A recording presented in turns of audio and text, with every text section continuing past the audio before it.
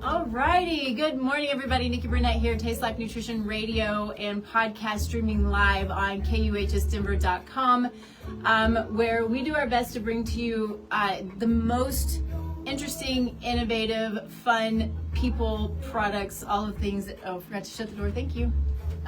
It's always something. But people who are here to really to give, to serve, to do big things with their life, which I love, and to really make an impact. And so today we have Mark Fox, who is the inventor, oh goodness, of Vibe, which is a pulse, I'm gonna get this pulse electromagnetic frequency pocket device, which is super cool stuff. And we're gonna get into what all of that means. But first off, of course, Mark, I've been looking forward to this. Thanks so much for being here. Thank you. I've been looking forward to it as well. Yeah, so many good things. I love this because it's one of those things, it's like, it's just so big and outside of what we typically know, right? Frequencies. Right.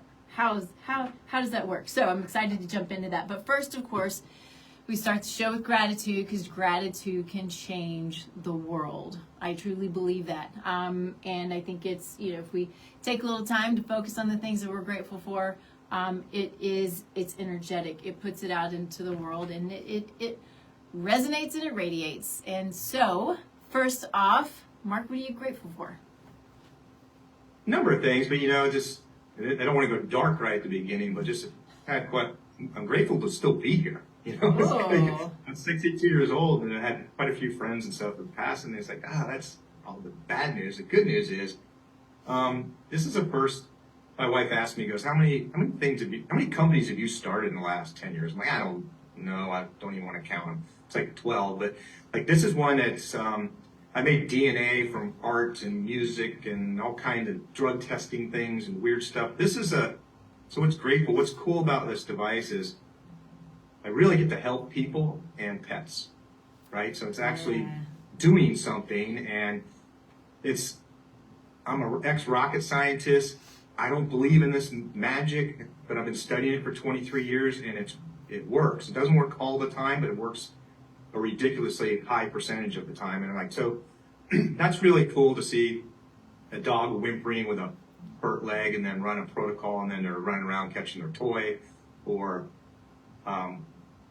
try not to cry, because it's like some of the stories I've had in the last few weeks are just, one guy said, hey, and he said it with this tone of voice too, it's like, Mark, my wife has dementia and she's not been able to complete a sentence for a year and a half. We ran the protocols, and now she's making complete sentences, and she's super happy because people can understand her now. I'm like, that's the energy level, Tom, that you can come up with for that. I said, do you not want your wife to talk, or what do you, it's like, so yeah, stories like that, and there's just tons of them with diabetes and blood sugar, and yeah, one of my favorite stories, if it doesn't raise the hair on your arms, you're not human, is a 17-year-old girl said, Mark, I've never had a date in my life. No boy will ask me out because I have Tourette's. I'm a monster. I get picked on all the time at school. It's awful. She goes, I ran the brain balancing protocol, and my Tourette's disappeared, and I have a date on Saturday night. Oh, amazing. And that was 2 years ago, and she's engaged to the guy now. Aw. I love stories like that. Yeah, there's some really cool stuff like that. It's just like, it balances out all the Facebook haters, right? I get called Hitler and, a horrible person, you're stealing money from people, and because they're not taking the time to go research the technology. And if you can't win, because if I give them a list of 30,000 published papers, they go, I read them all, and they're not going to apply. And so anyway, that's what keeps you going. I kind of started it too with a couple things. As I saw the results of how powerful it was for PTSD and trauma, but the devices were being held hostage in a clinical environment, or they're too expensive. Like the cheapest other one out there right now, not to be named, like $7,000. So it's like, that's super frustrating that there's a solution for a super big problem. And so that's why I kind of dove into, there's got to be a cheaper way to make this thing. All right, make something affordable, make it smaller. It doesn't need to be the size of a beer keg, which is what some of the devices look like, right? Wow. Yeah. So that's part of the motivation keeps going too, because we have a 95% success rate with PTSD and trauma, which I don't even believe, but that's been running a clinical trial for a couple years on it, and that's what the data shows. So it's beautiful. It's pretty cool. Beautiful. Well, I think for me, because I would just keep going on and on with what you're saying, but for me, what I'm grateful for, I think today I'm really grateful for the people who are like you and you, who are thinking outside of the box, doing things that really, you're putting up with the BS of the haters and the non-researchers and whatever it is. It's fine. People are going to have their opinions and their attitudes about things. But when anything is new, innovative, you're going to have your people who do that. I don't know why. I don't really get it. I mean, I'm excited for new technology and new things that are going to help people, especially when it comes to healthcare, because we have a broken system. I say that we have really great medical care when it comes to acute care. I think where we struggle is with the expense with insurance, and we struggle with chronic care. So I think it's really amazing and I'm grateful for people who are like you, who are putting up with the BS, stepping outside of the box, saying this is something that that hopefully can help a lot of people. Like you said, maybe not everyone, and that's okay. That's part of it, right? But yeah, I love innovation. I love people who are just out there rocking it and kicking ass in there to serve. So thank you for that. Thank you for that. You're welcome. Thank you so much. Yeah, cool. Super kind words. Appreciate that. Yeah. Well, I believe that God gave us these gifts, and we are intended to use them to serve and to help and to grow and to love and all of these things that we're put here to do. And when it comes to my world, and when I'm working with people and helping people through whatever they're struggling with, it really is about it. In order to live life big the way that we're put here to live it, you got to feel good. Right. And you got to get over if it's mental and emotional, if it's physical, if it's financial, if it's relational, finding your ways to get through the muck, which is the muck that helps us to grow and to be able then to serve more. But we can't let it hold us back. And we've got to figure out how to feel our best so we can do what we're put here to do. So anyway, I'll get off my soapbox. So let's talk about this. Let's talk about you. How you talked a little bit about, all of the things that you've done. I'm amazed. I'm an entrepreneur. I've done it once. And it's hard. So when you say, I've had 12 companies and I can't count them, I'm like, oh man, that's so awesome. And I just can't even imagine, but good for you. Grateful for people who can do that. But what got you, what started you down the PEMF, right? I'm going to say it again, right. Pulsed electromagnetic frequency. What got you there and pushed you into this world of healthcare and helping people through the stuff that they're struggling with? And what excites you and motivates you and all of the things?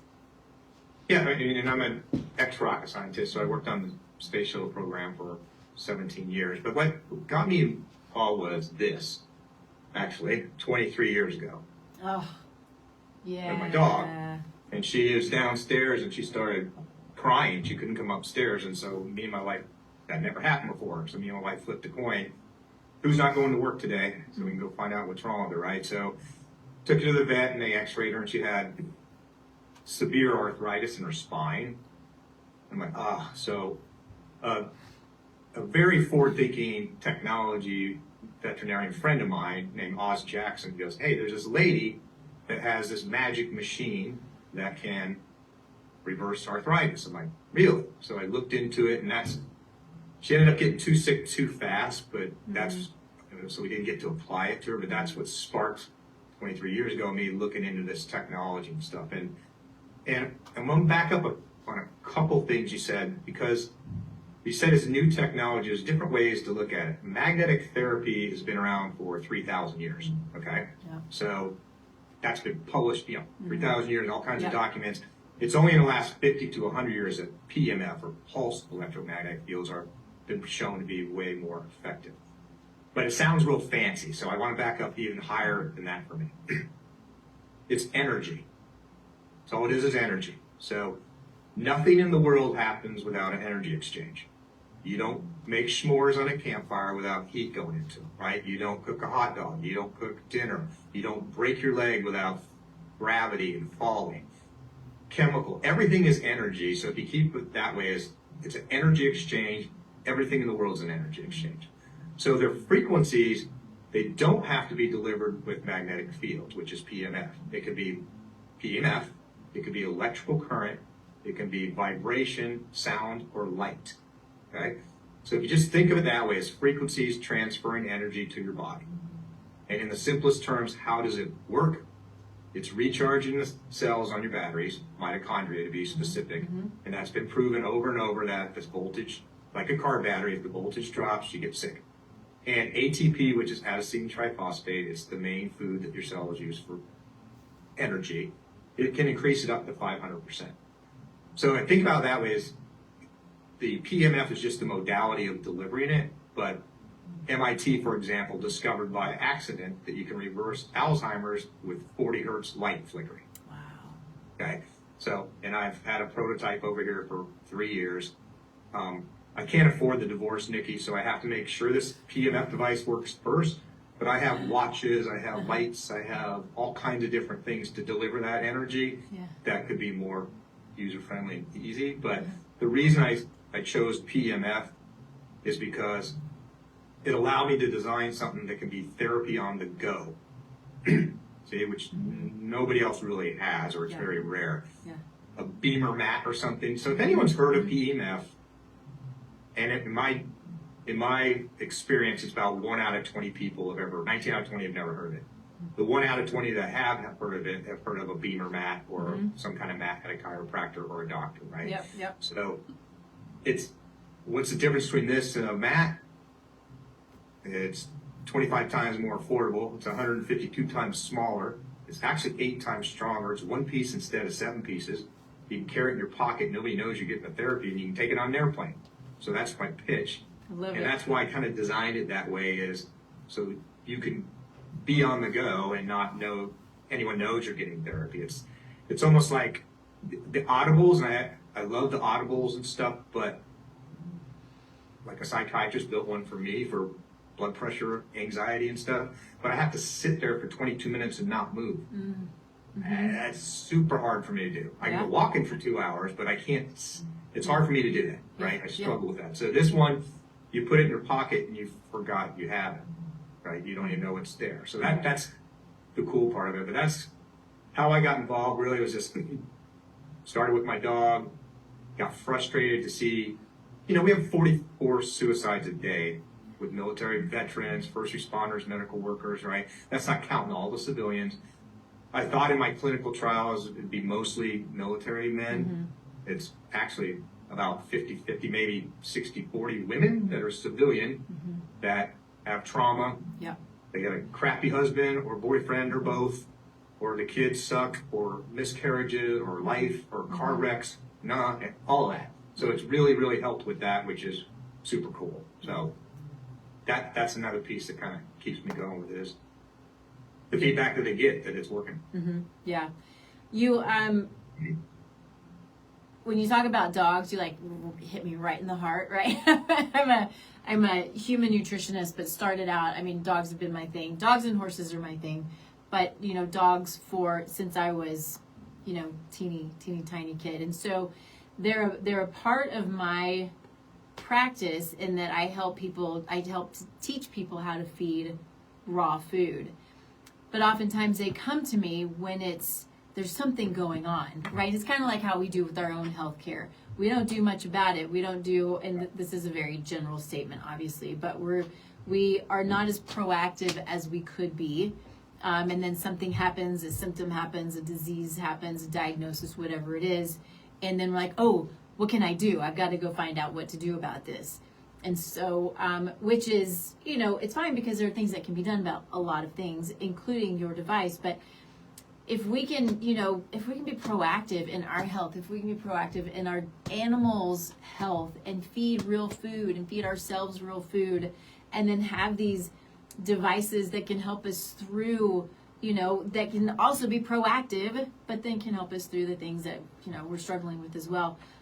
Anyway, I love that you are, that it started with your dogs. I mean, it's beautiful. It's beautiful. Thank you for that. Cool. Okay, thank you. So let's see, I'm trying to figure out, let's talk specifically about the frequencies, because what I know, I talk a lot in my world about electromagnetic frequencies, but usually it's not the good ones, right? It's our cell phones, it's the Wi-Fi. There are people we can look at testing, we can understand people's, at least in part, their potential, right? Their epigenome, their potential for being more sensitive to our electromagnetic frequencies that are put out by, cell phones and Wi-Fi and all of these different things. And we're surrounded by them. And some people are just really incredibly sensitive. And I think that even if we don't have the genetics for it or the variants for it, that it still has a potential of being damaging. What you are working with, though, is very different. And so can you explain that? I'll try, and I get asked this multiple times a day. So it is not very different, so it's identical from the standpoint of its light, okay? So it's in the electromagnetic spectrum, just like 30 hertz is still in the electromagnetic spectrum of gamma rays or something, or X-rays that are extremely dangerous, right? So there's a wide range. They're all light, the light bounces in the room, so it's all the same as far as frequencies, but... So that's the first comment, because I get asked every day. The second one is, all of these frequencies are between 1 and 1,000 hertz, which is extremely low. You mentioned a cell phone, that's millions of hertz. Millions, right?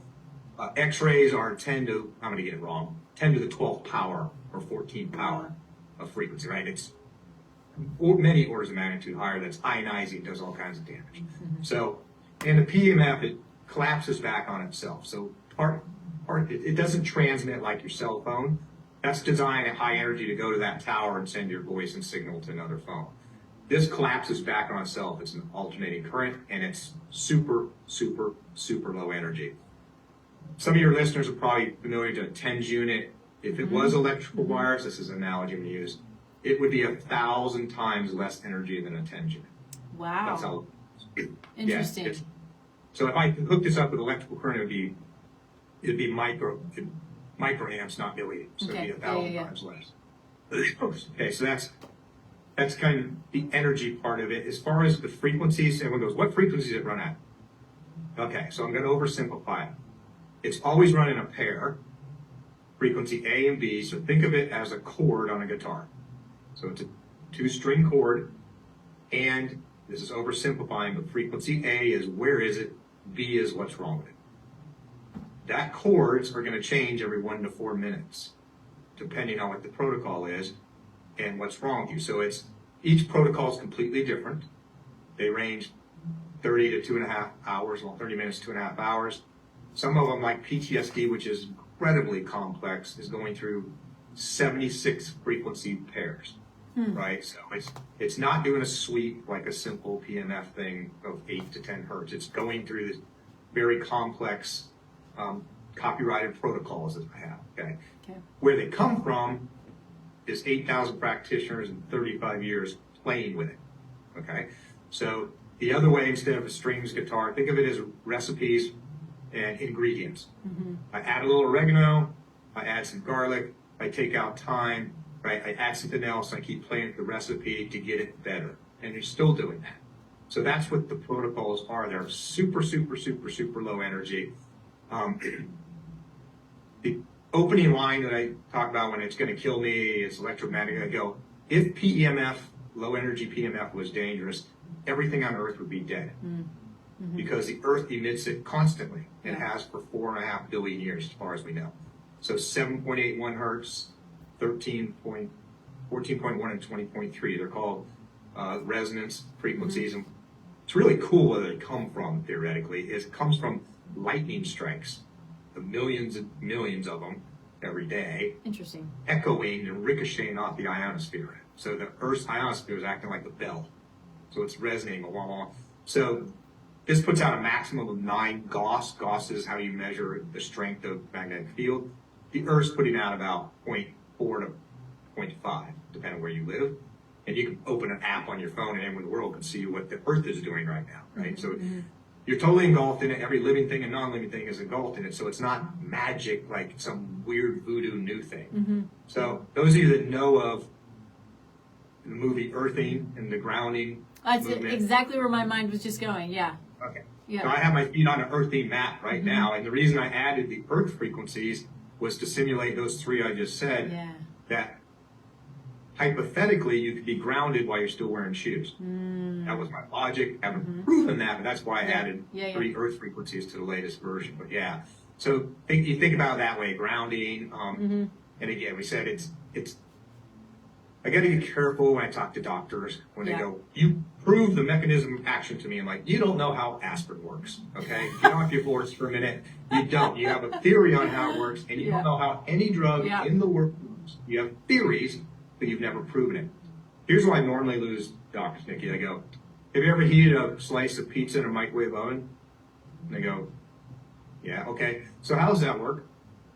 Everyone in the world's done that. Everyone in the modern world's done that.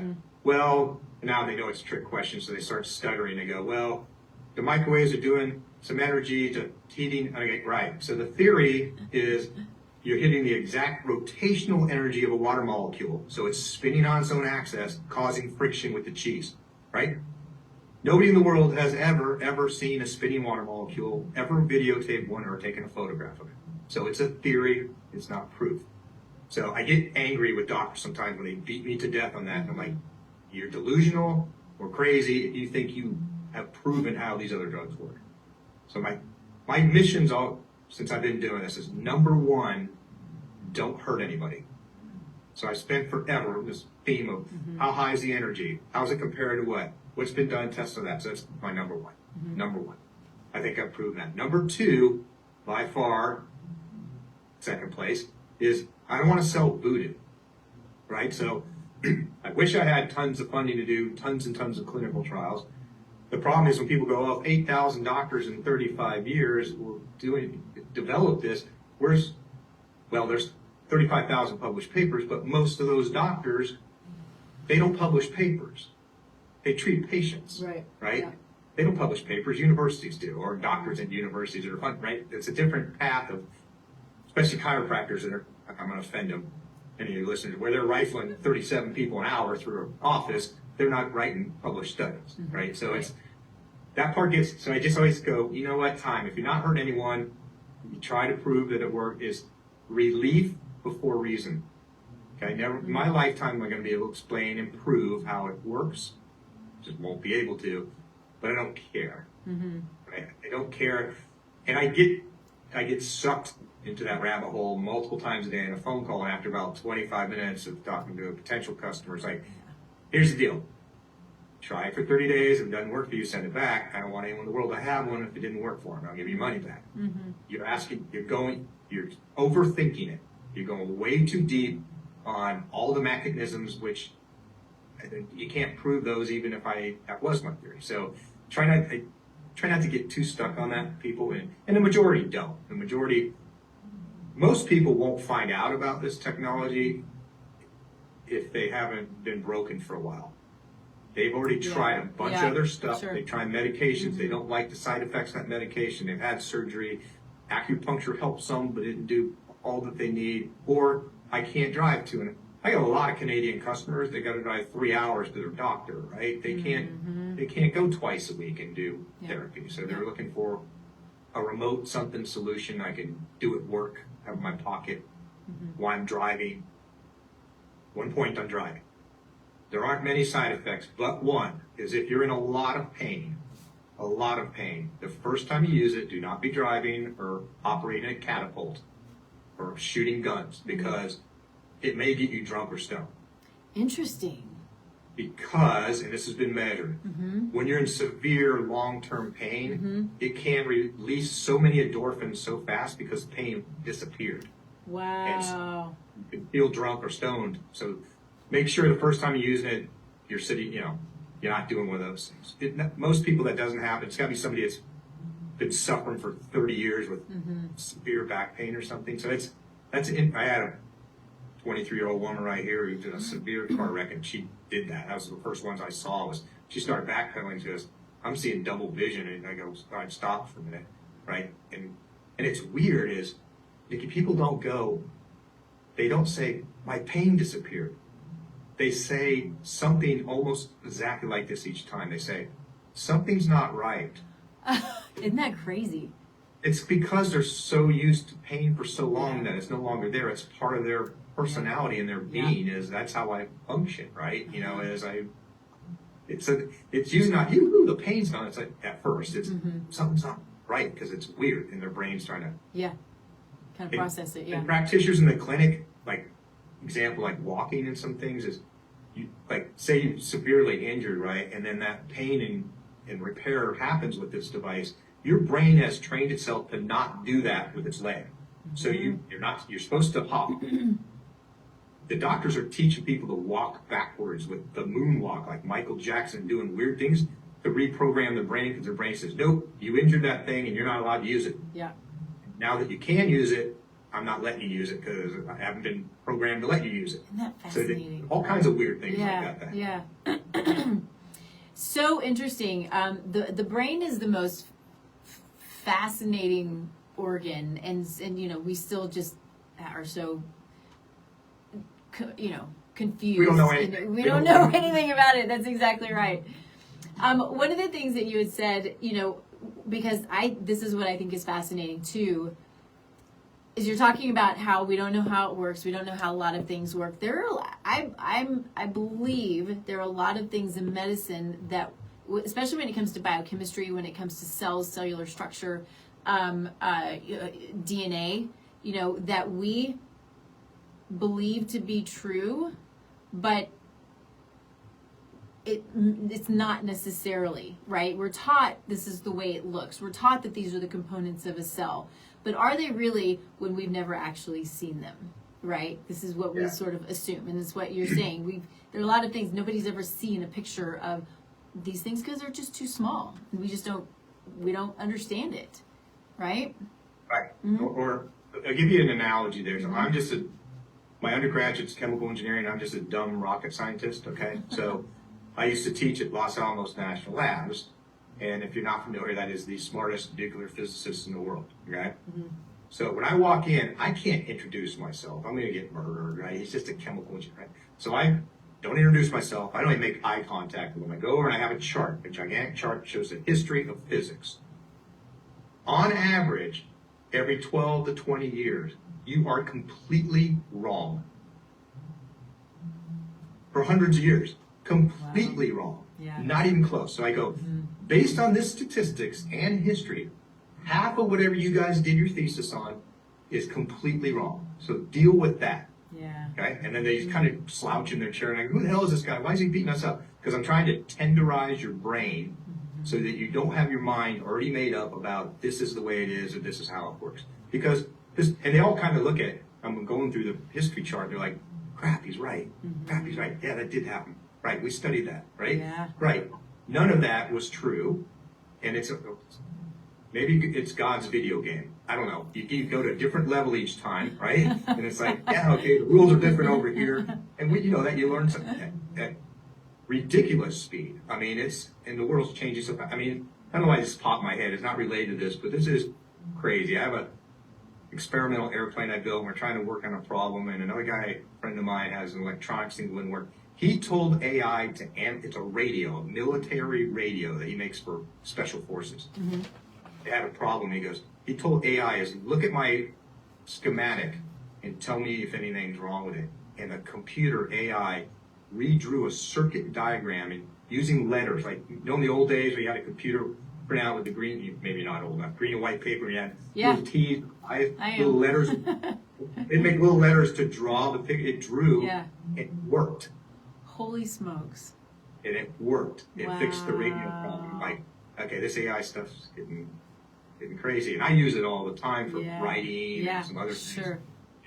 Like, what's weird is like this video right now. I'm doing podcasts.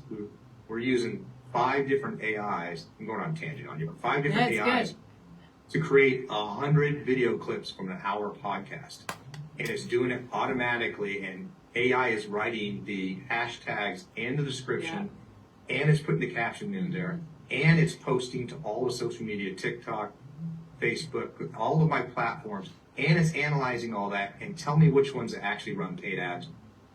Wow, that is fascinating. A lot of this stuff I knew, but some of them, like, I had no idea it could do that. I mean, I should know, but yeah. Yeah, that's been in the last 10 days that we just started testing this experiment. And I was like, okay, this is crazy. And then my friend showed me, he goes, I want you to watch this video and see if you really like it. And I go, okay. So it's him. He's in the Bahamas. He's giving it, it's a very good, super good video. And he goes, Mark, that's not me. That's not me in the video. I wasn't in the Bahamas, and I didn't write the script. I didn't do anything. Yeah. I just told AI, make me a video of me. There's going to be a lot of divorces in the future when I actually wasn't there. I didn't even see that girl. If somebody wants to blackmail you, it's some scary stuff coming. It is. I mean, I've been thinking about that. I was like, there's some weird stuff. I'm going to get in trouble for something I didn't do. So you're thinking of the revenge people that could come after you. But anyway, go ahead. It is. Well, and that's the sad thing about, I don't know, the human condition and where we are is, we have these things that have the ability and are so good, but somebody's going to abuse it. Somebody's going to have, they're not going to have the, other people's, best interest at heart, only their own and what they want to do. And so it's really frustrating, but I'm with you because, talk about, especially as entrepreneurs and, the time it takes to do stuff just takes so long when you're doing it yourself. And to have the ability to cut that time by hours and hours and hours is fascinating. And I mean, I've been using it a lot, and it's great for that. I know you've got to respect it and be careful of it, and it's probably going to get really wonky on us someday. But right now, there are these pieces that are really, really awesome about it. So yes, it is technology, right? It's technology. One other just key point to that for your listeners, that when people go, oh, this is so woo-woo, blah, blah, blah, I just immediately go to think about time for a minute and go back can you imagine how magical anesthesia was when that happened? Can you imagine DNA sequencing, stem cell research? Right, just go back. Any technology that was, where Arthur Clarke, I think it was said that it's pure magic until it's not anymore. Right? Yeah. I'm paraphrasing, right? Yeah. It's like, picture yourself with a cell phone on the Mayflower, trying to explain to the rest of your crewmates what this thing is and how it works. Right? If you think about it that way, magnetic therapy has been around for thousands of years. Like I said, it's not that far out there. And if you just think of energy exchange, but yeah, so I go through a whole list of, we didn't think about that in the Civil War. We didn't know what bacteria was. Yeah. Right. Right. All those weird things. So PEMF, I hope, and energy therapies, and it's changing. Right. 10, 20 years from now, is going to be like, oh, of course it does that. Right. Yeah. But we're nowhere there yet. Not even close yet, but it's getting closer. Yeah. Yeah.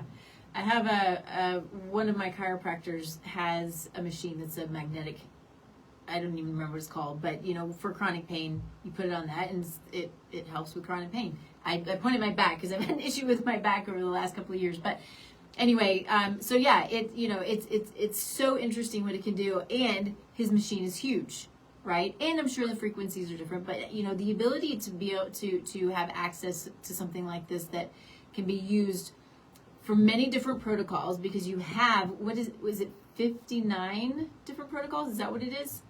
So there's 59 core protocols that are preloaded on the device. 5 of those are brainwave entrainment protocols, which those 5 can be repurposed for another 70 conditions. Oh wow! Okay, yeah. Interesting. That's in the last couple months. collaborated with some other PMF researchers, and it was between 1 and 30 hertz. I'm like, wait a minute, all of my brainwave stuff is between 1 and 30. Can we just expand the versatility of this program? And what I don't have on the core protocols is erectile dysfunction, but it's one of the expansion ones. So I'm getting a lot of Facebook conversions on that one, on erectile dysfunctions, right? There's several like that. There's some duplicates, but and they're coming at it from a different angle. There's one PMF self-proclaimed expert doctor out there. He's the only one I know of that's saying this. Like, he says, it doesn't matter what the frequencies are. It just, as long as it's PMF, it's going to add energy to the body, and it's going to let the body use the frequency and the energy to heal itself.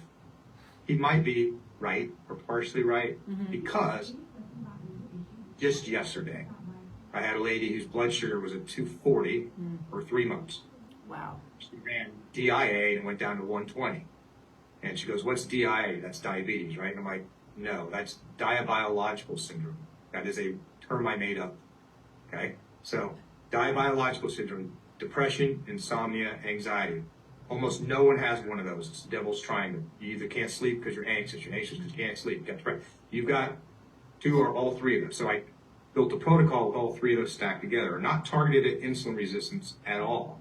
But in this N of 1, in this case, her blood sugar came way down. So she wasn't using the right protocol, but it still worked. Okay? So there may be some truth to that. Any of you doctor people, your P factor wasn't below 0.05, okay. No, there's not.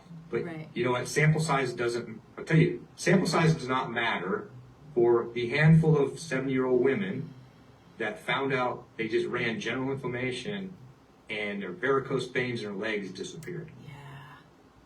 Yeah. Right? Yeah. I'm like, where's the before and after pictures? Every one of them, we didn't take any before pictures. We didn't think it would do that. Neither did I. Right? So I'm trying to do a varicose vein study now. Is take some before pictures, run it in after. So there's some magic stuff that still happens with it that, and it's cool. I mean, it doesn't, there's no side effects that we know of except drunk get stoned, or 2 minor ones. If it makes you feel nauseous, it most likely means you have an infection. Or an impacted tooth or in your toe, and you just don't know it. In the theory is when you're running general inflammation, it's reducing the inflammation around where that badness is, which may allow some of it to go in your bloodstream. Or if you're so toxic, you got to detox. It's almost, this is probably in 3 to 5% of my customers, maybe not that much, maybe 2 to 3. First couple sessions, they'll feel worse, right? And I'll go, and it's hard for me to say stick with it because I don't want you to do it if it's making you feel bad. But then it's like, if you can do that, stick with it. And then almost every time then they feel better. So I don't know the phenomena exactly, if it, I'm measuring toxins or they getting released or what, but that has happened a few times. But so it is not an exact science, but like any medicine, and this isn't medicine because I'm not a doctor, I don't treat, diagnose, cure anything, right? So, but it's, like I said, it's not hurting anyone. It's anyway, so it's it's fun. Yeah, no, it's amazing. I have so much on that because I work with people who are sick all the time, and they're sick from mycotoxin exposure, from environmental toxicants, from pesticides, herbicides, glyphosate, from heavy metals. We can go on and on and on with. I run these labs all the time on people who are suffering with chronic exposures, or maybe it's a microbial infection, like you said. And so there's so many of these things. What I know is when people start to heavily detox, they're gonna feel like crap. I also know that the way that I detox and work with people is by we do things in order to mitigate that feeling like crap as much as possible, because it's gonna happen. But I have to warn people, you might feel like crap, but you got to deal with it. And so that would be one of those things, if you're doing something and they're starting to detox, now we got to make sure, again, this is my world, that if they start to detox, that they're able to get rid of whatever it is that's there. So they've got to be pooping every day, peeing every day, sweating every day, all of these things that make that help us to eliminate these toxins. But sometimes when you feel bad, That's a really good sign. It's not fun, but it's a good sign. That's super interesting. Thank you. That's a super, I'm going to use that. Good. Right? I hope you do. I hope you do. But also tell them, make sure you're pooping every single day. It's so important. Yeah. We have a constipation protocol too, and I had this one lady on a webcam. She goes, "Yeah, they use it for this, they use it for that." And oh, and her eyes got this big. The constipation one works. I love it. Yeah. I love it. That's so cool. So I want to get back because I have a question about the erectile dysfunction one. Do you have a cardiovascular protocol? I have heart health. Okay. Which is in general, right? So, and it's, again, I'm not a doctor where it came from as 8,000, and they kind of put a whole bunch of thing into that protocol. They were treating all kinds of different stuff for hearts, and it's like, so we're going to put 30 hertz and 116 mixed together. I'm making the numbers up because I don't know off my top of my head. 24 and 242 for this piece. Well, they may have this problem with the valve. They may have this with the, I'm going to get it wrong, but the electrical energy vortex that's going around with it. So let's do this with the energy thing, right? So they play with all those pieces of heart, and there's several videos on YouTube. People can go to researchers looking at coagulated blood flow. Right? I'm going to say the medical terms wrong, but they're all clumped together, the blood cells, right? Right, and then you yeah. run PEMF, and suddenly they're all separated and flowing. Nice, yeah. Right. So just that in general is getting better blood flow, better oxygenation of the blood, right? And reaching further in the body and that type of thing. So all that's kind of, my understanding, is combined into that heart health. Yeah. Right.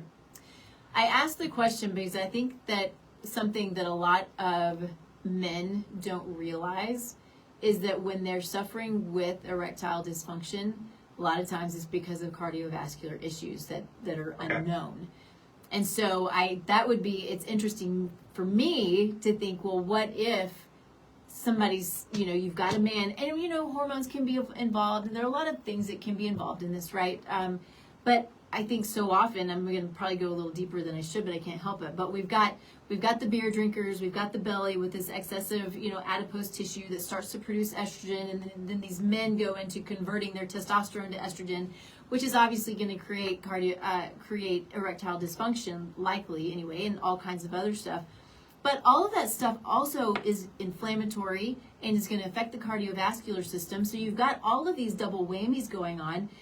What if then you work with somebody who says, okay, I've got erectile dysfunction. They have no idea that there's also potential cardiovascular issue.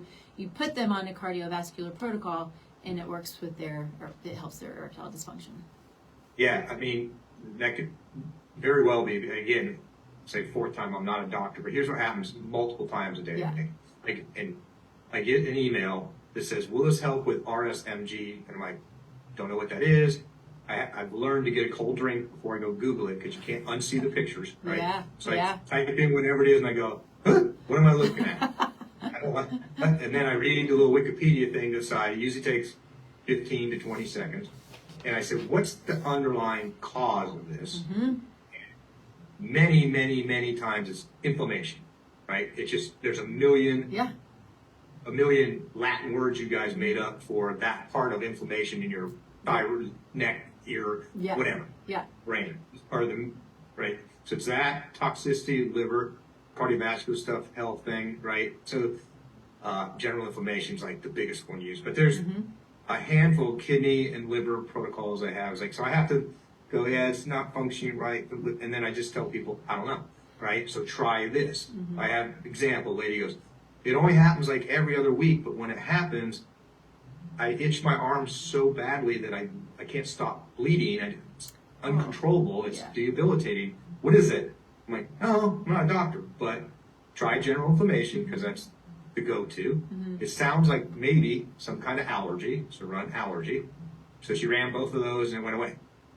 So we didn't have a name for that one, right? So but it is weird, and I got to be careful because I get more and more people going, I need an answer for this, and this. I'm like, I'm not a doctor. I'm just telling you stuff you can go try with it. And it because the FDA, FTC, any three-letter acronym, the reason they can come shut me down for no reason or any reason. The reason I don't mention COVID even though the flu protocol works great, okay?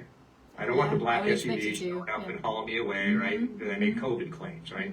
So the biggest thing I have by far is video testimonials of customers, and my logic, and it may be completely flawed, but my logic is First Amendment rights. A customer is allowed to say what happened in his own experience, and I'm allowed to show that video. Now, the problem is, a friend I've known since kindergarten sums it up perfectly. Mark, I'd rather give you a video, I'd rather give you a kidney than a video. That's how hard it is to get people to give you. And everyone goes, just use the written testimonials. Well, no one believes them. All the Facebook haters are like, you made it up on your own. What's funny, this, with the Facebook haters go there at one tangent, because this made me laugh so hard last week.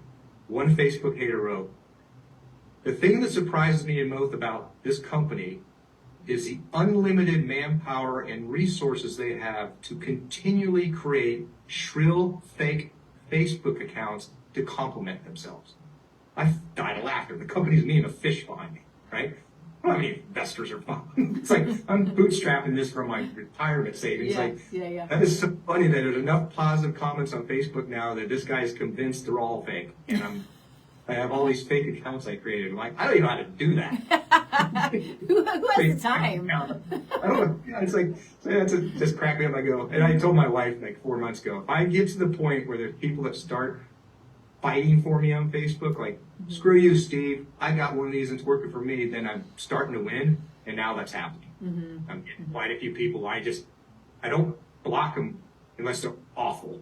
I don't block them anymore, and I just wait and see if somebody else beats them up. Says, do you have one of these? Do you know? And then they usually shut up. That's awesome. No, that's awesome. I love that. I think that so often when things go wrong with our bodies, right, we are looking for a diagnosis. So this is going back to what you were saying, you know, people are asking you, why is this and what's going on? You know, where it's like we're conditioned to go to our doctor and say, tell me what the name of this is. You know, I like to think that it's important for us to get away from that, because I think often we can take on that diagnosis, like it's who I am, when that's not the case. When we have, you know, because of epigenetics, we have the ability to change our situation. We have the ability to, in a lot of ways, right? There are, you know, things happen. But if, you know, when I'm talking with people, because like you, I don't diagnose, I can't diagnose, I won't diagnose, but what I will say is you have this cluster of symptoms, which can be a disease or maybe it's not, right? With, you know, a disease with a name, or maybe it's not. So often, the cluster of symptoms is coming from the root causes, like you said, inflammation. But we still got to say, we've got to ask the question, why are you inflamed, right? And so maybe it doesn't necessarily matter with your device, but for my brain, I'm like, I need to understand the why. So what is it that's creating the inflammation in the first place? And it doesn't mean we're going to diagnose or find, you know, the name of what this is. It means we're going to address your symptoms by figuring out the best that we can, the root cause, you know, by testing, by looking at your genetics, all of the things that we have access to that we can do to address what it is, so the body can do its job on its own. So we you know, use something like what you have, because I saw this on your website. You know, it doesn't get rid of parasites, right? And so often the cause of inflammation is parasites, it's microbes, it's these things. But if we can address the inflammatory response and address the symptoms, while we're also then addressing, you know, the parasites and doing antimicrobials and all of these things, like the stories and the pictures that I've seen, you know, is woo, it's awesome, it's crazy stuff. But it works so beautifully all together. I don't know, maybe I went off on a little bit of a tangent, but I can't help just the way my mind works. I got to understand the why, but let's try to also help your symptoms as we're, you know, addressing these things that need to be, you know, getting you out of the toxic environment, getting you away from, you know, the mycotoxin exposures, these things that will continuously just beat the body down, creating a burden and making you sick.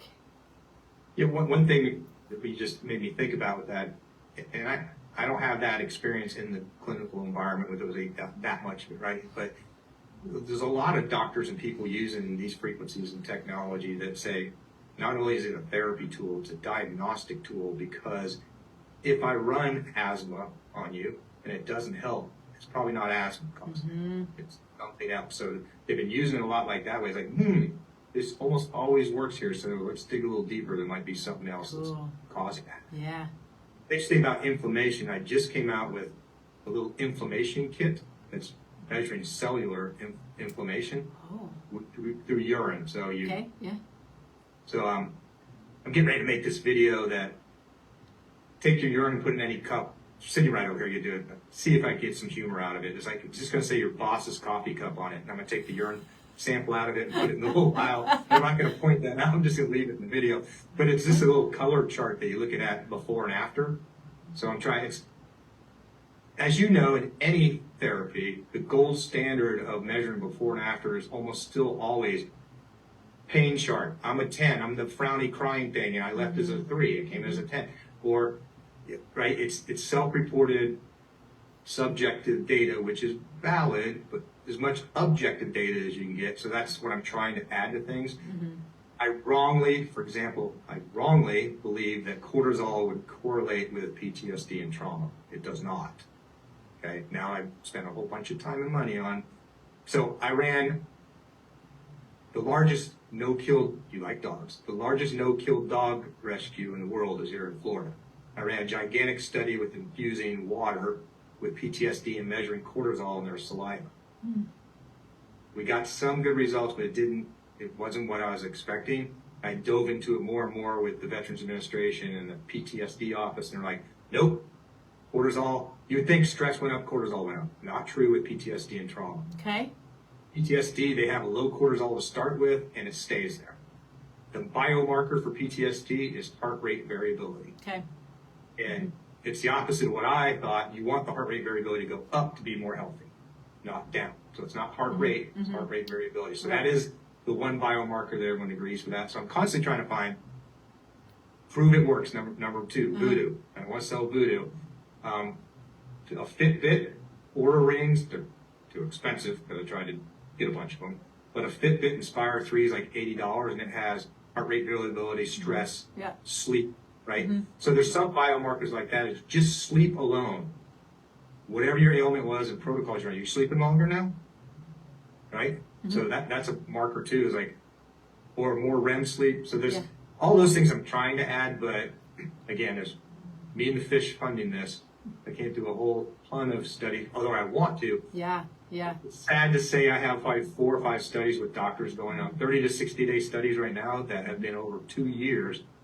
They're not done yet. They don't do studies, even though I gave them devices. It's like, I have diabetes, sleep, pain, all kinds of stuff that I'd love to collect more data so I can argue my P factor of 0.00007, right? What I have. So it's so 95% success rate with PTSD, 2 out of 3 will be clinically and statistically significant. That's the great news. The only potential bad news, and this is really, I've spent a lot of time on this, almost half those people will tell me, I don't know if it helped me. I'm like, really? So this highest score you get on PTSD is an 80, which means you're as broken as you're going to get, right? Below 33, you don't have PTSD, okay? So I start doing Zoom calls with report cards because I'm not involved. It's their self-reporting before and after. And I go, you don't think it helped you at all? Nope. You reported a 72 30 days ago. You just now reported a 12. Nikki, they start crying, right? They forgot how bad they felt, right? And so I talk to psychiatrists and doctors all the time, and a whole bunch of people, like, one, because I was afraid of all these returns I'm going to get, which I haven't. It was like, they didn't think it worked, and they sent it back. And it's like, I have a friend I've known since kindergarten who's a chiropractor here in town. He's like, Mark, I videotape every new client because they come in on a walker. The next time they come in, they're on a cane. The next time they come in, they're holding a lap dog. And they'll go, I could always do this. And no, you couldn't. 2 months ago, you couldn't even walk. Right? So there's some mental thing that, and doctors are telling me, maybe you can confirm this, doesn't matter what drug it is, intervention, nothing. It happens all the time, Mark. People forget where they were and how bad they felt. And It's true. That's a weird one I wasn't expecting, right? Yeah. But it's like, so anyway, that's a strange phenomenon that, like I said, I ran into. I wasn't expecting to happen. So. Yeah, it's interesting. I have an assessment that I do periodically throughout time working with clients. So we both can track where they are, and because they don't remember. I think I don't know, maybe it's a protective mechanism. I don't know. Yeah. I'm curious, going back to the cortisol levels in PTSD. Again, I can't help but to ask the questions, and I don't know if you know the answers, but what I see in practice is because I measure cortisol pretty regularly, and it's, throughout the day and in the evening. And so what I see with people there are those who are overly stressed and they're way high, right? Cortisol levels are really high. And then there are those who have gone beyond that point and they tank.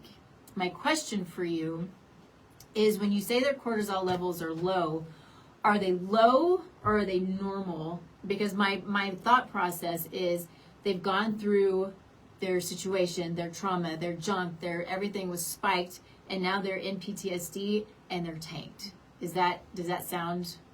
What I'm getting, the feedback I'm getting from the doctors and stuff I've talked to, is that usually stress and cortisol do correlate. That's why I started down that path. If you're stressed more, the cortisol level's higher. And the doctors were inferring that themselves, but when they started to look at PTSD, if your brain was susceptible and it's got long-term PTSD, that isn't true, that when they diagnose them, it's still low cortisol. And when they get better, that hasn't really changed a whole lot. That's what I'm being told. So I don't know, but so it's like, for my purposes, once I heard that, I was like, dang it, I'm measuring the wrong thing. And I didn't dig much more into it. There's not a long line of doctors waiting to talk to me about what I'm doing, right? Because unfortunately, it's like, unfortunately, my doctor just died January 1st, but was the typical. My two pet peeves, me personally, blood pressure and cholesterol. I know more than, maybe not you, but almost any person you ever meet in your life. I've done all the research. I have all the meta-analysis. But 99% of the doctors are like, I'm going to do what the American Medical Association tells me to do. I don't even want to read the report. I say, quit yelling at me about my LDL being 130. It's not bad. Thank you. Yes. Here's all the studies I've showed you. Here's a meta-analysis with 480,000 things that AI says doesn't matter. HDL does, and triglycerides maybe, but that doesn't matter. And blood pressure, I want to know this one. If you're over 60, the healthiest you can be is 140 over 90. If you're 115 over 75, you're going to die, right? That's what the stats show when you take the human factor out of the analysis. So there's all kinds. So yes, I am that person where I walk into a new doctor and they start their routine. I'll go, time out. You're not doing crap until you get my presentation. First of all, here's my blood pressure for the last 4 years. So do not call the ambulance when it's high. Okay? You're going to take it in a second. I'll pull the cuff off and go, you're not doing it yet. I need you to realize that this is my blood pressure normally. When you freak out, you're going to call 911 and start injecting me with something to try and kill me, right? It's actually a real fear, and I've got PTSD my whole life since I was 20. I almost didn't get in the Army because of one measurement. I'm a pilot, so you can lose your license ever if you exceed 145 over 92 or something like that. So I shouldn't even say this, but every commercial pilot that's got to be medical every 6 months, they know the system and how to lie with the doctor. The doctor will keep taking his blood pressure the whole time until he finally gets one reading that passes, because they're scared to death. I'm going to lose my career when I don't have high blood pressure. It's just freaked out about this thing could stop and I got to find a new job. Right? So anyway, I went on a big soapbox tangent there, but that was my two pet peeves that I researched tons on. And it's so frustrating that I can't get a doctor to look at the thing I'm showing. It says that doesn't matter. Yeah, well, right? I think it's true, and it is super frustrating, because I think that the doctors are also afraid of losing their jobs, because if something happens, then they're held liable, and then they end up losing their jobs. When what we have is this system who, standard of care is to give a statin no matter what. If your, cholesterol is elevated to whatever. I mean, we have these super skewed rules and regulations and standard of care that are, I think a lot of them are dated and antiquated, and yes, we don't, I get on cholesterol soapboxes all the time because they're so important. And when we're looking at these numbers, these aren't the numbers that are really telling us the information. We've got to look at a whole host of other cardiovascular numbers to really understand what this is, what's actually going on. And just like you said with blood pressure, the lower your LDL as you age, the higher your risk of stroke. And people are so afraid of LDL. I'm like, LDL is not bad. And the fact that we call it good and bad cholesterol makes me crazy. Yeah. Do you know Dr. Ken Berry at all? No, I don't think so. Go watch some of his podcasts and stuff. His LDL, his cholesterol's like 380, his LDL is like 260. He's like, somebody goes, the interviewer's always like, what do you tell people when they say your heart's going to explode? He goes, show me the data. I've done all the research. There isn't any data that says that's going to happen, right? So, and that whole statin, don't want to go on my tangent. The whole statin war thing, I've seen every video I think there is. I've read all the reports. Why are those people not in jail? That was the biggest lie that's ever happened. It's the most horrible thing to put 30% of the world on these things. With all, Nikki, if you don't know this, they have a run-in period. So for 6 weeks, anyone that had a side effect, they threw them out, and then they started the study. That's 35% of the people they kicked out of the study before they said, mark, get set, go. I'm not making this up. The real data for all those billions of trillions of dollars, the real data has never, ever, ever been released. The guy that owns it said, I'm under contract for life that I can't fix it. It's disgusting. If you look at the relational statistics, here's what it is. First of all, something you probably never heard. To be in a statin study, you had to have had a heart attack. Did you know that? You got to get to page 200 to read that, right? Little fine print. The data said this. If you take our drug, you have a 1 in 100 chance of having a second heart attack within 5 years. If you don't take a drug, you have a 1.6 chance of having a heart attack in the next 5 years. 1 versus 1.6 out of 100. They used relational statistics, which is a term that didn't exist, okay, to say there's a 60% reduction in heart attacks. No, there's not. It's 1 out of 100 versus 1.6 out of 100. And all those other things I just said, it's like awful. That's all the summary stuff I try to hand my doctor, and they're like, I don't want to read it. You should be on a statin. I'm like, I'm done with you. No, not taking a statin. Yeah. I'm not keto, but I'm trying to watch carbs. Sure. So my simplest argument is, hey, I can eat low-fat everything, and my LDL is going to be low, but my blood sugar, A1C is going to be 7. Mine's 4.9 right now. So the only thing that all you crazy people agree on, the only thing that I know of is sugar's bad. Right? So I want my sugar low, and I'll take the LDL. Okay. I'm done. Well, I'm done. yeah. And going back to our conversation a little while ago, kind of bringing it all, wrapping it all around, and man, I could sit here and talk to you for another 3 hours, but it's the inflammation that's the problem. If you have high cholesterol levels, and you're inflamed, you're going to have oxidized LDL and HDL, and that's problematic.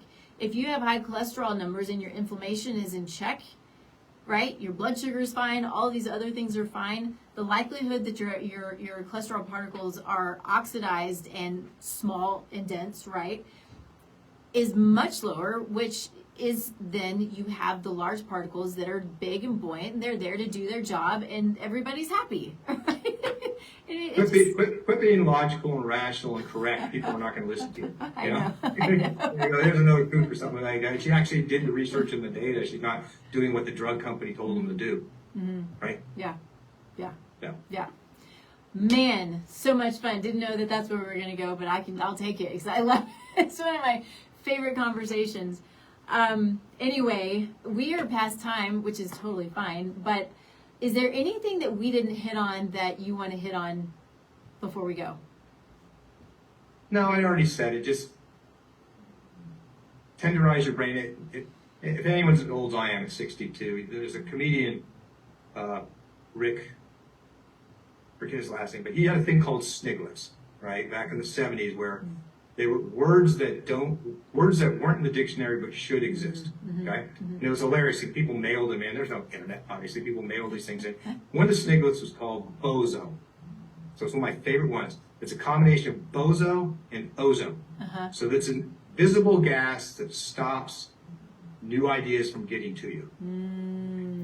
So get rid of your boson, tenderize your brain, open your mind a little bit, and try it. Yeah.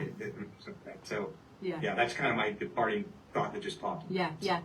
No, I love that. I think it kind of, it's, when we lose our sense of curiosity, especially as practitioners in health and wellness, when we lose our sense of curiosity, then I think that I just find that to be problematic. You know, we have to be open to the fact that things change, life changes, you know, the data changes as we learn and as we grow, and we are here to learn and grow along with that. So being open to what's new, and it's probably not new, right? It's new to us, but it's not new, I think it's so important. And if I were to ever lose my curiosity, I would just have to stop practicing. Yeah, I was just going to say, those that don't have that, just go ahead and become a realtor. Yeah. Just change your career. I have hundreds of friends. Most of my friends are realtors, and I always pick on them. I was like, that's where your career path always ends. You should do this, and ricochets. The pinball goes down the drain. You become a realtor. I'm in Cocoa Beach. There's got to be 1,000 realtors in a town of 12,000 people. Yep. Crazy. Oh, so funny. Well, I hope that you come back. This was really a great show. I hope that we stay in touch. What you're doing, I think, is just so freaking cool. And I want to stay in touch, and I want to learn more and continue learning from you. And where can people find you? So it's Resona, R-E-S-O-N-A, like resonance, short for that, Resona.health. But what we'll do is /, I'll create a unique landing page for your listeners so they can go learn a ton more, and then we'll give them $150 off the thing. So it's like about $3.99. So you want to just call it, what do you want to call it? Resona.health/Nikki, or you want /what? Do either TLN or Taste Life Nutrition, probably. Either one of those is fine. TLN? Yeah. Tango Lima November. Yep. Let's just do that. Resona.health/TLN. I'll have it up in an hour. That's great. Will you send that to me in an email so I can then get it out to all of the places? Absolutely. Awesome. Of course. That would be great. Thank you so much for being here. And of course, thanks to all of you for hanging out with us. This was such a fun show. We will definitely have Mark on again. You can find me, tastelifenutrition.com. You can find us here every Thursday, streaming live on kuhsdenver.com at 10 a.m. Mountain Time. So we'll be back here again next week. You can find me anywhere you find Taste Life Nutrition, right? So all the social media, the website, you can go to the website, fill out a free assessment. We'll chat about what your needs are, what your goals are. If I can help you, awesome. If there are other people who can help you with really cool technologies like Mark here, then we'll do that as well. So we also, of course, have Soulful Conception. I talk a lot about epigenetics. I can't help it. It's my heart. I think it's fascinating. It is the gift of free will.